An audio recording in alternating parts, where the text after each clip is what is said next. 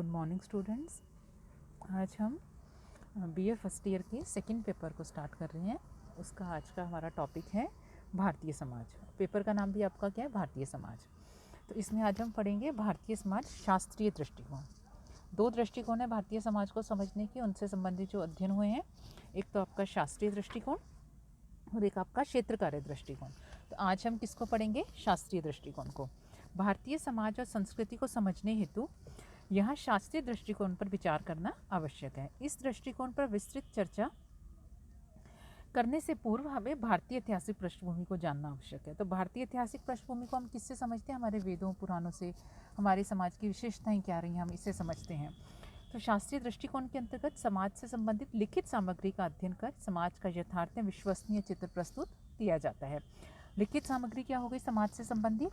कि आपके शास्त्रों, आपके वेदों, उपनिषदों में आपके भारतीय समाज का किन विशेषताओं का वर्णन किया गया है। ये आपका होता है लिखित दृष्टिकोण या शास्त्रीय व्यू आपके समाज के बारे में। तो जिसका कोई लिखित साहित्य उपलब्ध हो।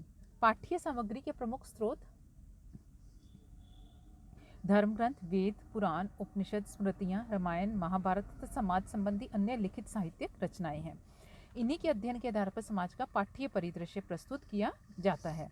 भारतीय समाज को उसकी व्यापकता, विविधता और जटिलता के कारण उस समय तक स्पष्ट नहीं समझा जा सकता जब तक कि उसके आधारों पर गहराई से विचार नहीं किया जाए। आधारों को समझने हेतु ये आवश्यक है कि भारतीय समाज के संबंध में ऐतिहासिक दृष्टि से भी कुछ विचार किया जाए। यह समाज उतना सरल नहीं है जितना साधारणतः सोच लिया जाता है। यह विश्व के प्राचीनतम समाजों में से एक है। इसका इतिहास लगभग 5000 वर्ष पुराना है। यहाँ के ऋषियों, मुनियों, विचारकों और चिंतकों ने अपने चिंतन और अनुभवों के आधार पर एक ऐसी मानव संस्कृति के विकास में योग दिया जिसने सदियों तक मानव का मार्ग प्रशस्त किया और आज भी कर रही है। वास्तव में भारतीय सभ्यता और संस्कृति का इतिहास उस समय प्रारंभ हो चुका था जब विश्व के अधिकांश देशों के लोग जंगली और बर्बर अवस्था में थे। उस समय भारतीय विचारकों ने ऐसे जीवन मूल्य और आदर्शों को निर्मित किया जिन्हें उन्हें स्वयं अपने व्यवहार और जीवन में उतारा। उन्होंने एक ऐसी समाज व्यवस्था के निर्माण में योग दिया जो एक और व्यक्ति के सर्वांगीण विकास में सहायक सिद्ध हुई, तो दूसरी ओर जिससे समाज स्वयं भी समृद्धि की ओर आगे बढ़ सका। उन्होंने व्यक्ति और समाज दोनों को महत्व दिया और दोनों को एक दूसरे का पूरक माना। यही कारण है कि व्यक्ति ने समाज के हित में कार्य किया और समाज ने व्यक्ति के हित में। तो आज हम जो उसका शास्त्रीय दृष्टिकोण देखेंगे। हिंदू समाज में करीब 4000 वर्ष पूर्व ही कुछ समाज चिंतकों ने यह अनुभव किया कि व्यक्ति और समाज की प्रकृति उस समय तक संभव नहीं है जब तक कि लोगों को जीवन के मूलभूत तथ्यों से परिचित नहीं कराया जाता, जब तक उन्हें अपने कर्तव्यों की जानकारी प्रदान नहीं की जाती और जब तक दायित्वों का निर्वाह करने हेतु उन्हें कोई प्रेरणा प्रदान नहीं की जाती। सामाजिक जीवन को संगठित बनाए रखने की दृष्टि से यह सब कुछ आवश्यक समझा गया। लोगों के सम्मुख ऐसा जीवन दर्शन रखा गया और इस प्रकार की सामाजिक योजनाएं बनाई गई जिसने सामाजिक जीवन को संगठित बनाए रखने में योग दिया। इसी उद्देश्य की पूर्ति हेतु भारतीय समाज को दो प्रमुख आधारों पर संगठित किया गया, जिनमें से प्रथम दार्शनिक आधार तथा द्वितीय संगठनात्मक आधार है। दार्शनिक आधार के अंतर्गत उन सिद्धांतों को महत्ता प्रदान की गई जिन्होंने व्यक्ति के जीवन को परिष्कृत कर उसे उसके लक्ष्यों और कर्तव्यों से परिचित कराने में योग दिया। संगठनात्मक आधार के अंतर्गत वे सामाजिक योजनाएं आती हैं जिनके माध्यम से व्यक्ति और समूह के जीवन को इस प्रकार विभिन्न इकाइयों में बांटा गया कि उसकी योग्यता और कार्यक्षमता का पूरा लाभ उठाया जा सके। तो दार्शनिक आधार पर मौलिक विशेषताएं क्या है भारतीय समाज की? पहला, धर्म। हिंदू सामाजिक जीवन में धर्म का प्रमुख स्थान है। हिंदुओं का जीवन धर्म के इर्द गिर्द घूमता है। एक हिंदू प्रातःकाल उठने से लेकर सोने तक, जन्म से लेकर मृत्यु तक अपने जीवन में अनेक धार्मिक क्रियाएं संपन्न करता है। हिंदुओं में 4 पुरुषार्थ माने गए हैं: धर्म, अर्थ, काम और मोक्ष। इस प्रकार से धर्म की पूर्ति मानव का सर्वोपरि कर्तव्य है। हिंदुओं में धर्म को सभी जीवों पर दया करने के रूप में, कर्तव्य के रूप में माना गया है। धर्म के भी यहाँ अनेक स्वरूप पाए जाते हैं, जैसे सामान्य धर्म, विशिष्ट धर्म, राजधर्म, मित्र धर्म, कुल धर्म, गुरु धर्म, राजधर्म, आपद धर्म आदि। सेकेंड है इसकी विशेषता है पुरुषार्थ। पुरुषार्थ सिद्धांत के द्वारा व्यक्ति के जीवन के 4 प्रमुख लक्ष्यों को स्पष्ट किया गया है। ये 4 लक्ष्य हैं: धर्म, अर्थ, काम और मोक्ष। इन्हें ही 4 पुरुषार्थ माना गया है जिन्हें प्राप्त करने का प्रयत्न व्यक्ति अपने जीवन में करता है। यह धर्म का अर्थ नैतिक कर्तव्यों और नियमों के पालन से लिया गया है। नेक्स्ट है कर्म तथा पुनर्जन्म। भारतीय समाज के एक आधार के रूप में कर्म सिद्धांत का भी महत्व है। यहाँ व्यक्ति को संसार से विरक्त होने का उपदेश नहीं दिया गया, बल्कि संसार में रहते हुए फल की इच्छा किए बिना कर्म करते रहने का, दायित्वों को निभाते रहने का जोर दिया गया है। यह सिद्धांत व्यक्ति में नैतिक उत्तरदायित्व की भावना को विकसित करता है, उसे कर्तव्य बोध कराता है। व्यक्ति अपने कर्म के प्रति सजग रहे और दायित्व की भावना से कार्य करता रहे, इसके लिए पुनर्जन्म की धारणा पर जोर दिया गया। आज व्यक्ति जो कुछ है, चाहे धनी है या निर्धन, सुखी है या दुखी, उच्च पद पर आसीन है निम्न पद पर, सब कुछ उसके पूर्व जन्म में किए गए कर्मों का ही फल है। सत्कर्मों से व्यक्ति का आगामी जीवन अच्छा और दुष्कर्म से बुरा बनता है। ऋण तथा यज्ञ। हिंदू जीवन व्यवस्था में व्यक्ति पर 5 प्रकार के ऋण माने गए हैं: देव ऋण, ऋषि ऋण, पितृ ऋण, अतिथि ऋण तथा भूत ऋण। व्यक्ति जो कुछ है, उसका जैसा भी विकास हुआ है, उसने जो कुछ भी प्राप्त किया है, उसके लिए वह दूसरों का ऋणी है। व्यक्ति वह देवताओं, ऋषियों, माता पिता, अतिथियों तथा पशु पक्षियों तक का ऋणी है। अतः इनके प्रति अपने दायित्व का निर्वाह करके ही वह 5 प्रकार के ऋणों से छुटकारा प्राप्त कर सकता है। इस हेतु 5 महायज्ञों की व्यवस्था की गई है। साथ ही व्यक्तिवाद पर अंकुश रखने और जीवन को त्याग के आदर्श में ढालने के लिए भी इन यज्ञों का विधान किया गया। ये यज्ञ व्यक्ति को सभी प्राणियों के प्रति अपने दायित्व को निभाने की शिक्षा देते हैं। यहाँ यज्ञ का तात्पर्य अन्य के प्रति दायित्व निर्वाह से लिया गया है। संस्कार का तात्पर्य शुद्धिकरण की प्रक्रिया से है। भारतीय सामाजिक व्यवस्था में व्यक्ति को सामाजिक प्राणी बनाने, उसके व्यक्तित्व का पूर्ण विकास करने तथा उसकी नैसर्गिक प्रवृत्तियों को समाजोपयोगी बनाने के लिए व्यक्ति का शारीरिक, मानसिक और नैतिक परिष्कार आवश्यक माना गया है। परिष्कार या शुद्धिकरण की पद्धति को या संस्कार की संज्ञा दी गई है। जीवन को परिष्कृत करने की प्रक्रिया जीवन पर्यंत चलती है। यद्यपि यहाँ संस्कारों की संख्या काफ़ी बताई गई है, परंतु प्रमुख संस्कार हमारे यहाँ 14 ही माने गए हैं। संगठनात्मक आधार की मौलिक विशेषताएं क्या है? वन व्यवस्था है पहली। वन व्यवस्था भारतीय सामाजिक संगठन की आधारशिला है। यहाँ आर्थिक आधार के बजाय व्यक्ति के गुण तथा स्वभाव के आधार पर समाज को 4 वर्णों में बांटा गया है। ये 4 वर्ण है: ब्राह्मण, क्षत्रिय, वैश्य और शूद्र। प्रत्येक वर्ण के अधिकार, दायित्व और व्यवसाय एक दूसरे से भिन्न थे। प्रत्येक व्यक्ति के लिए आवश्यक था कि वे अपने वर्ण धर्म के अनुरूप कर्तव्यों का पालन करें। वर्ण व्यवस्था के अंतर्गत ब्राह्मण वर्ण की स्थिति सबसे उच्च थी, परंतु इस व्यवस्था के प्रारंभ में जन्म पर आधारित नहीं होकर गुण तथा स्वभाव पर आधारित होने के कारण व्यक्ति का वर्ण परिवर्तन संभव था। व्यक्ति अपने व्यवहार से किसी उच्च या निम्न वर्ण का सदस्य हो सकता था। ऐसे उदाहरण भी पाए जाते हैं जहां लोगों ने अपने गुण तथा स्वभाव को बदलकर एक वर्ण से दूसरे वर्ण की सदस्यता प्राप्त की है।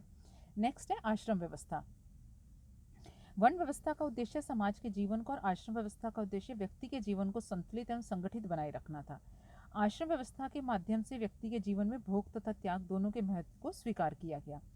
इस व्यवस्था के अंतर्गत व्यक्ति की आयु को 100 वर्ष मानकर उसे 25-25 वर्ष के 4 भागों में विभाजित किया गया, जिसमें से प्रत्येक को एक आश्रम कहा गया। ये 4 आश्रम है: ब्रह्मचर्य आश्रम, गृहस्थ आश्रम, वानप्रस्थ और संन्यास आश्रम। अपनी आयु के प्रथम 25 वर्ष व्यक्ति ब्रह्मचर्य में बिताता है, जहाँ उसके व्यक्तित्व का विकास होता है। अपने आप में सद्गुणों को विकसित करता था, शारीरिक, मानसिक और बौद्धिक दृष्टि से अपने को सबल बनाता था। फिर वह विवाह संस्कार के द्वारा गृहस्थ आश्रम में प्रवेश करता था, जहाँ वह धर्म की मर्यादा के अनुरूप अर्थ और काम का उपभोग करता था। 50 वर्ष की आयु प्राप्त लेने पर वह वानप्रस्थ आश्रम में प्रवेश करता है। वह परिवार की सीमा से बाहर निकलकर संपूर्ण समाज के कल्याण हेतु कार्य करता। 75 वर्ष की आयु प्राप्त करने पर वह संसार से विरक्त होकर संन्यास आश्रम में प्रवेश कर अंतिम पुरुषार्थ मोक्ष प्राप्ति का प्रयत्न करता। इस प्रकार आश्रम व्यवस्था के माध्यम से व्यक्ति अपने जीवन काल में 4 पुरुषार्थों धर्म, अर्थ, काम और मोक्ष को प्राप्त करने की दिशा में आगे बढ़ता। नेक्स्ट है जाति व्यवस्था। भारतीय सामाजिक संगठन के एक महत्वपूर्ण आधार के रूप में जाति व्यवस्था का भी महत्व रहा है।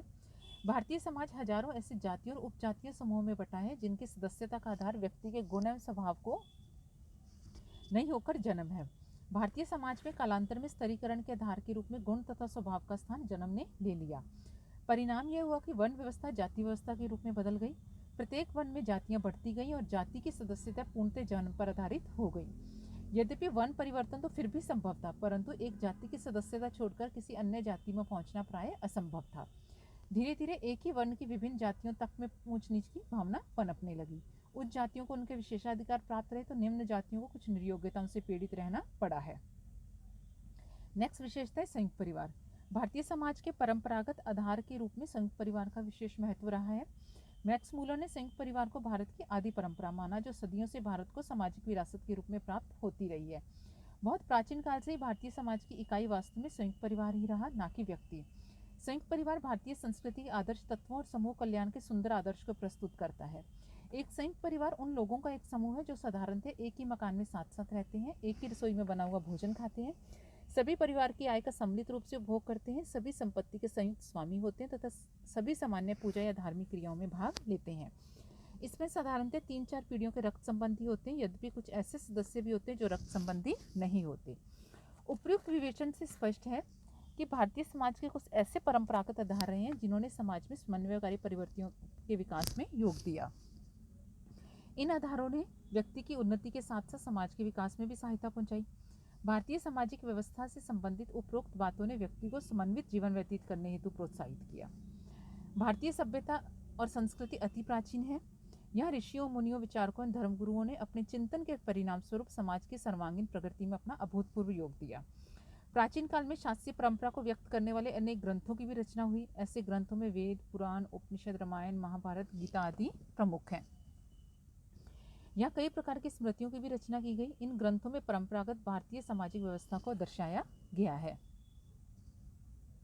इनमें वर्ण व्यवस्था, आश्रम व्यवस्था, कर्म और पुनर्जन्म का सिद्धांत, धर्म, परिवार, जाति आदि का भी उल्लेख मिलता है। अपने परंपरागत रूप में यह समाज को सदियों तक प्रभावित करते रहे हैं और व्यक्ति इनके अंतर्गत अपने कर्तव्यों का पालन करते रहे हैं। शास्त्रीय दृष्टिकोण में न तो व्यक्ति को और न ही समाज को पूर्णतः प्रमुखता दी गई। व्यक्ति समाज पर निर्भर है और समाज अपने विकास और प्रगति के लिए व्यक्ति पर निर्भर है। दोनों को पग पर पग एक दूसरे की आवश्यकता है। साथ ही शास्त्रीय दृष्टिकोण के अंतर्गत इस बात का भी विशेष ध्यान रखा गया कि समाज में सब प्रकार के कार्यों की समुचित व्यवस्था हो, प्रत्येक कार्य का संपादन ठीक प्रकार से हो। इस हेतु समाज को 4 वर्णों में विभाजित किया गया और वर्ण व्यवस्था व्यक्ति के कार्यों पर आधारित थी, न कि जन्म पर। इस व्यवस्था में वर्णों को एक दूसरे से ऊंचा अथवा नीचा नहीं माना गया, बल्कि प्रकार्यात्मक दृष्टि से प्रत्येक वर्ण की उपयोगिता को दर्शाया गया है।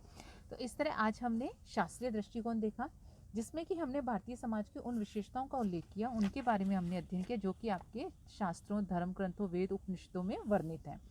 तो उनके आधार पर हमने भारतीय समाज की जिन विशेषताओं को देखा उसे हम शास्त्रीय दृष्टिकोण कहते हैं।